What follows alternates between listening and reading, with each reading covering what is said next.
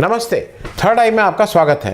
कल ट्विटर सरकार के खिलाफ बोलेंगे या सरकार के मतलब कुछ ऑर्डर्स के अगेंस्ट, वो कर्नाटका हाई कोर्ट में उसने एक पिटीशन फाइल की है। ट्विटर ने कर्नाटका हाई कोर्ट में जो पिटीशन फाइल की है उसका जो मूल कारण ये है कि सरकार ने की तरफ से ये कहा गया था कि जो आपको सेफ हार्बर प्रोटेक्शन या जो कह लीजिए कि उनको कुछ इम्यूनिटीज़ और कुछ ये प्रिविलेज सरकार क्या कहते हैं, मतलब जो इस तरह की कंपनीज को चलाने के लिए कुछ जो भी शील होती है वो हम विड्रॉ कर लेंगे अगर आप हमारी बात नहीं मानेंगे। बात यही कि इनके कुछ के अकाउंट्स बंद करो, कुछ इस तरह की बातें वो कह रहे थे। उसके अगेंस्ट ट्विटर चला गया है कर्नाटका हाई कोर्ट। ये सारा कुछ communication ministry of electronic and information technology जो MEITY कहलाती है, उसके मंत्री अश्वनी वैष्णव जी ने भी इसमें कुछ क्लैरिटी दी है जब वो कल अहमदाबाद एक किसी व्याख्यान में बोल रहे थे। उनका कहना यह है कि दुनिया के जो बहुत से देश और बहुत से समाज जो हैं दुनिया भर के, वो सोशल मीडिया को अकाउंटेबल बनवाने की दिशा में काम कर रहे हैं। अकाउंटेबल तो ठीक है, दिक्कत क्या है कि वो अकाउंटेबल और कंट्रोल ये दो अलग अलग चीज़ें हैं। अकाउंटेबल होना और कंट्रोल करना, जैसा मैं कहूँगा जैसे ये कह देंगे वैसे चलाना, और अकाउंटेबल होने में दो अलग अलग चीज़ें हैं। पहले तो ये थोड़ा हम लोग समझ लें कि ट्विटर है क्या, क्योंकि फिर मैं इस पर भी आऊँगा कि एक लार्जर क्वेश्चन है, क्योंकि जब से भाजपा की सरकार आई है और जिस तरह की नीतियाँ हैं उसमें देश के बहुत मूल प्रश्न पे भी डिबेट होने लगी है। तो ट्विटर है क्या? 2006 में जैक डोर्से, नोआन ग्लास, बिजस्टोन और इवान विलियम्स ने मिलकर इस कंपनी को शुरू किया था। माइक्रो ब्लॉगर, छोटे छोटे SMS की तरह मैसेजेस पहले था कि आदान प्रदान करें फटाफट। करंटली जो अभी फिगर्स हैं, इसके 229 मिलियन एक्टिव यूजर्स हैं, करीब 23 करोड़ जो एक्टिव यूजर्स हैं। बाकी तो एक बार करके छोड़ दिया, वो अलग बात है। मोटा ये अंदाज है, ये 2022 के फर्स्ट क्वार्टर की रिपोर्ट है। इसको इन जो 4 लोगों ने जिसको शुरू किया था, उन्होंने अभी अप्रैल महीने, इसी साल के अप्रैल महीने में एलॉन मस्क जो टेस्ला और SpaceX के मालिक हैं, दुनिया के सबसे धनी व्यक्ति हैं, the richest person on the earth, उनकी जो टोटल संपत्ति है वो करीब 225 बिलियन US की है। उसके बाद जो नंबर 2 पे आते हैं बर्नार्ड साहब की फैमिली, और वो $147 बिलियन हैं। मतलब कहना सिर्फ ये है कि फर्स्ट और सेकंड के बीच में $78 बिलियन का स्पेस है। तो ये बहुत बहुत पैसे वाले आदमी हैं। इन्होंने, एलॉन मस्क ने अभी अप्रैल में ये जो ट्विटर कंपनी है, इसको अप्रैल 2022 में $46.5 बिलियन में खरीद लिया है। जब बहुत पैसा आ जाता है तो आदमी को लगता है कि कुछ समाज के लिए काम करना चाहिए। बहुत से जो कॉर्पोरेट सोशल रिस्पॉन्सिबिलिटी कह लीजिए, छोटे स्तर पे हिंदुस्तान में भी इस तरह के बहुत से लोग हैं जो ये काम कर रहे हैं। कुछ कंपनीज हैं जो केवल अपने ही यहाँ उनको सोशल रिस्पॉन्सिबिलिटी दिखाई देती है। अपनी कंपनी हुआ, अपनी ही कंपनी बनाया, उनकी बीबी उसकी टॉर्च बेयरर हो गई, कोई कहीं क्रिकेट टीम हायर कर ली, कहीं फुटबॉल टीम हायर कर ली, वही चीयर लीडर हो गई। अपनी ही कंपनी का पैसा अपने ही CSR में डाल के अपने ही घर में सब, मतलब अपने ही घर का समाज सुधार लिया। लेकिन कुछ कंपनीज जेन्युइनली ये करती हैं। जब इन्होंने, एलन मस्क ने ट्विटर को अक्वायर किया था, तो उन्होंने एक चीज़ कही थी कि जो उन्होंने पहली चीज़ कही थी, उन्होंने कहा था कि importance of free speech around the world. दुनिया में फ्री स्पीच की बात, जो हम लोग राइट टू एक्सप्रेशन या स्पीच बोलते हैं, उन्होंने कहा था इसका महत्व उन्होंने कहा था है, और इसलिए मैं ट्विटर को अक्वायर कर रहा हूँ कि लोग अपनी बात फ्रीली कह पाएं। दूसरा उन्होंने कहा था कि मैं इसको ट्रांसपेरेंट बनाऊंगा, और जब ये किए तो उन्होंने इसके जो स्पैम बॉट्स होते हैं, जो मतलब है नहीं, जैसे क्या कुछ भी राक्षस 123, लंका 367, XYZ, इस तरह के बहुत से आप देखते होंगे जो आपको भी पता है कि किस फैक्ट्री से और किस पार्टी के द्वारा वो प्रायोजित हैं। उन्होंने कहा कि हम स्प्यूरियस बॉट्स को हटाएंगे और जो भी रियल ह्यूमन है उसको ऑथेंटिकेट करेंगे। ये बात थी। अब दिक्कत एलन मस्क के साथ हम लोगों की ये है कि जब जिसके पास दुनिया का सबसे धनवान व्यक्ति हो, उसको कैसे मैनेज किया जाए, क्योंकि बाकी अब उसको यहाँ का ना एयरपोर्ट चाहिए, ना उसको यहाँ का बंदरगाह चाहिए, ना वो यहाँ की रेल लेने में इंटरेस्टेड है, ना वो यहाँ में कोयले की खदान लेने में इंटरेस्टेड है, वो ना वो अच्छा वो एक अलग तरह का बिजनेस करता है, वो ना यहाँ का पेट्रोलियम उसको चाहिए, उसको आपके देश में कोई बिजनेस चाहिए ही नहीं। तो उसको कैसे हम लोग कंट्रोल करें, ये एक बड़ा मुश्किल सवाल है। और मैं यहाँ पे इसलिए ये बता दूं कि जो ये बात कर रहे हैं कि हमारे जो मंत्री जी हैं वैष्णव जी, जिन्होंने ये बताया कि कैसे कैसे दुनिया में कंट्रोल होने की बात हो रही, अगर हमारे उसको अकाउंटेबल करने की बात हो रही है, ये स्वयं पहले आईएएस बने, आईएएस बनने के बाद इन्होंने आईएएस छोड़ दिया, आईएएस छोड़ के ये एक प्राइवेट फर्म में हिंदुस्तान की, अब भाई जब आईएएस है तो आप एमडी तो बन ही जाएंगे, तो उस प्राइवेट फर्म के एमडी बने, नौकरी की, फिर आपने बिजनेस किया, फिर आपको जो जैसा लगता है कि एक धीरे धीरे अगर आगे आप ग्राफ देखिए तो इसका मतलब आईएएस की नौकरी, फिर जैसा आप विकिपीडिया में चले जाइए वहाँ लिखा है क्योंकि इन्होंने एमबीए करते समय इतना एजुकेशन लोन ले लिया था कि अपनी नौकरी से चुका नहीं पाते, इसलिए इनको नौकरी छोड़नी पड़ी और प्राइवेट ज्वाइन करना पड़ा, ये उसमें लिखा हुआ है। फिर उसके बाद इन्होंने बिजनेस की, बिजनेस के बाद 2019 में ये राज्यसभा के सांसद होकर संसद में पहुंच गए। मैं राज्यसभा इसलिए बोल रहा हूँ कि लोकसभा के सांसद की कनेक्ट भी होता है और जवाबदेही भी आम आदमी के प्रति होती है। खैर, अब सोशल मीडिया पे जो 3-4 जो इंपॉर्टेंट हैं उसमें फेसबुक एक है।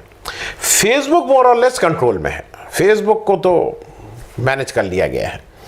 एक यूट्यूब है, थोड़ा कंट्रोल में है क्योंकि जो भी यूट्यूब में है, हम सब लोग यूट्यूब में चलते हैं, हम लोगों को पता है कि एल्गोरिथम कैसे है, कब चलता है, कब नहीं चलता है, कब चलाया जाता है, कब उसमें गतिरोध या अवरोध पैदा किया जाता है, ये समझ में आता है। ट्विटर इन सब में से थोड़ा इंडिपेंडेंट है, आई विल से कि लेस कंट्रोल है। फिर व्हाट्सएप है, फिर इंस्टाग्राम है, ये सब तो हैं ही।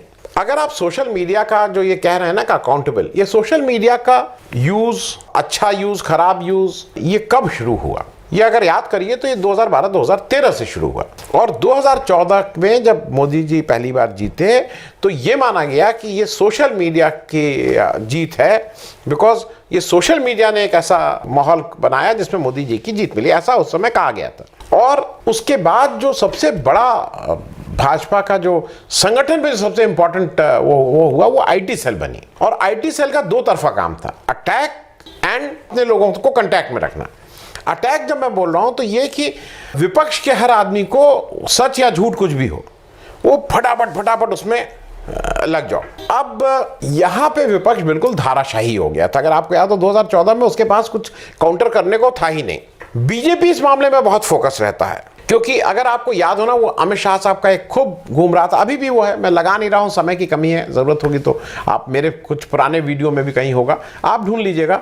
जब अमित शाह अपने आईटी सेल के लोगों को एड्रेस कर रहे थे और कह रहे थे कि अगर झूठ है, जिसमें वो मुलायम सिंह यादव का उदाहरण दे रहे थे कि एक झूठ चला कि अखिलेश यादव ने मुलायम सिंह यादव को थप्पड़ मारा, तो ये झूठ है, लेकिन यहाँ कह के रुका, लेकिन अगर चल रहा है, मतलब कैसे आईटी सेल को यूज करना है वो अमित शाह साहब बार बार हर उसमें जो भी वो अपने संगठन के लोगों को कहते हैं वो उसको एड्रेस करते हैं।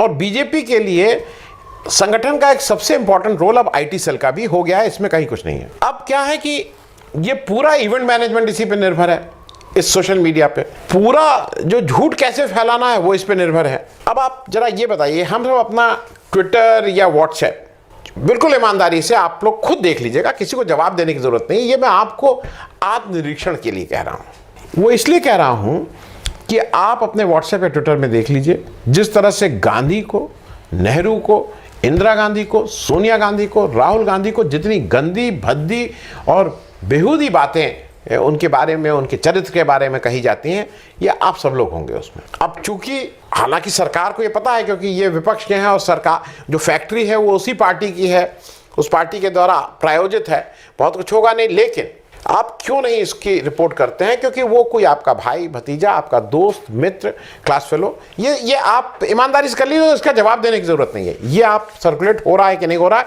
और कौन सर्कुलेट करा रहा है ये गंदी बातें, फेक न्यूज। क्योंकि जब अनुराग ठाकुर कहें कि देश के गद्दारों को और गोली मारो क्या क्या, तब तो ठीक, लेकिन दूसरा अगर कोई पूछे कि कश्मीर के आतंकवादी के साथ आपकी फोटो कैसे आ गई, तब वो तो ठीक नहीं।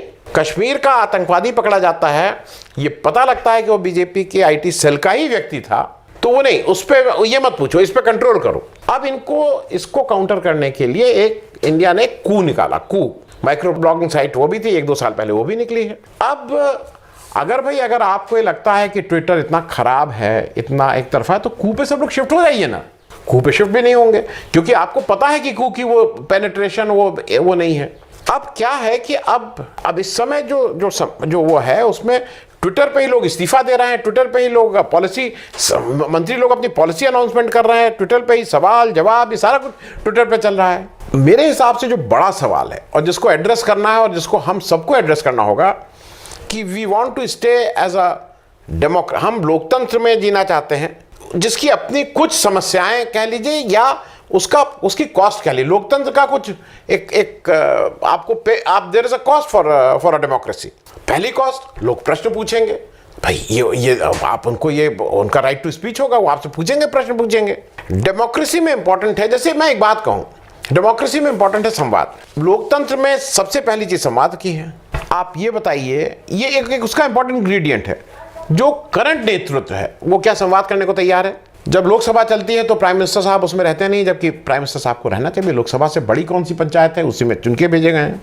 जब बिल स्टैंडिंग कमेटी को सब नहीं भेजे जाते हैं जो पहले भेजे जाने चाहिए, स्टैंडिंग कमेटी और कंसल्टेटिव कमेटी में उस पर विचार विमर्श होता है, कितने बिल भेजे जाते हैं, पहले कितने भेजे जाते थे। मैंने कई शोज इसमें किया, आप खुद भी गूगल करके दे सकते हैं। ऑल पार्टी मीटिंग कितनी होती है all party meeting. Press conference कितनी होती है, प्रेस से वार्तालाप होता है? क्योंकि आप प्रेस कॉन्फ्रेंस तो करते नहीं, वो तो छोड़ दीजिए। आप प्रेस कॉन्फ्रेंस कौन सी करते हैं? आप प्रसन्न जोशी आपसे बात करते हैं, आपसे अक्षय कुमार बात करते हैं, ये प्रेस कॉन्फ्रेंस आप कहलाते हैं। जो संचार मंत्रालय है ये आप इसको प्रचार मंत्रालय में कन्वर्ट करना चाहते हैं। लेकिन जो सबसे बड़ी बात है, जो प्रेस के ऊपर एक, पहले जब भी प्रधानमंत्री विदेश जाते थे तो साथ में कुछ पत्रकार भी जाते थे। अब एक जनरल नैरेटिव चलाया गया, ये कहानी वो वहीं से फैक्ट्री से आया हुआ, अरे ये सब पत्रकार जाते हैं तो देखो कितनी शराब पीते हैं, ये सब शराब, मतलब कहीं उनका कैरेक्टर एसेसिनेशन करके ये सब पत्रकार जो जाते हैं केवल शराब पीने के लिए जाते हैं, उनका कोई बाकी चीज़ों से मतलब नहीं है। वो तो छोड़ दीजिए, क्या 2014 से अभी तक किसी सरकारी पार्टी जो खास करके केंद्र यूनियन गवर्नमेंट की होती हैं उसमें क्या शराब का बिल किसी पार्टी में नहीं आता है?